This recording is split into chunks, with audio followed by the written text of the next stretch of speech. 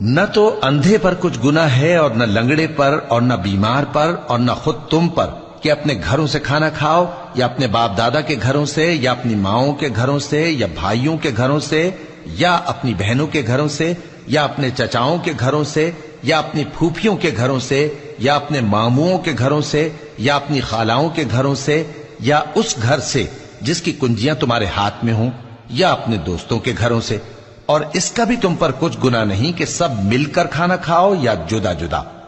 پھر جب گھروں میں جایا کرو تو اپنے گھر والوں کو سلام کیا کرو،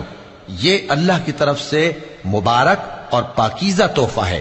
اس طرح اللہ اپنی آیتیں کھول کھول کر بیان فرماتا ہے تاکہ تم سمجھو۔ مومن تو وہ ہیں جو اللہ پر اور اس کے رسول پر ایمان لائے، اور جب کبھی ایسے کام کے لیے جو جمع ہو کر کرنے کا ہو پیغمبر کے پاس جمع ہوں تو ان سے اجازت لیے بغیر چلے نہیں جاتے۔